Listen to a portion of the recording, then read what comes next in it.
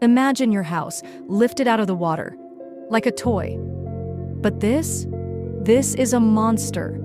How do you get a ship out of the water? It's not as simple as pulling a plug. Here's the breakdown. Specialized lifts, precise calculations, and a whole lot of power. Watch as this incredible machine does its job, lifting thousands of tons with ease. From underwater to dry dock, this is how ships get the repairs they need. Want to see more engineering marvels? Subscribe.